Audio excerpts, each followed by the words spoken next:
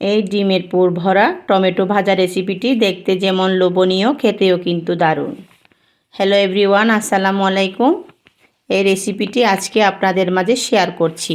কয়েকটা টমেটোর মাঝখানে বড় অংশটা গোল গোল করে কেটে ভিতরের অংশ নিয়ে নিলাম। সত্যি এই টমেটো ভাজা অসাধারণ টেস্ট।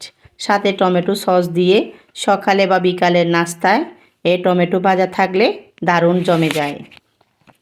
টমেটোর চাকা চাকা করে নিয়ে একটা বাটিতে টমেটোর ভিতরের অংশ, কাঁচামরিচ, পেঁয়াজ, রসুন, পেঁয়াজ কলি, ধনেপাতা আর একটা ডিম ফেটে সামান্য লবণ অ্যাড করে ভালোভাবে হাত দিয়ে মিক্স করে নিলাম। এদিকে চুলায় প্যানে তেল গরম হয়ে এলে টমেটোর গোল গোল চাকাগুলো ভেতরে ডিমের পুর ভরে ভেজে নিব। মাশাআল্লাহ, দেখতে অনেকটাই লোভনীয় হয়েছে। এই পুর ভরা টমেটো ভাজা গরম গরম ভাতের সাথে ভালোই লাগে।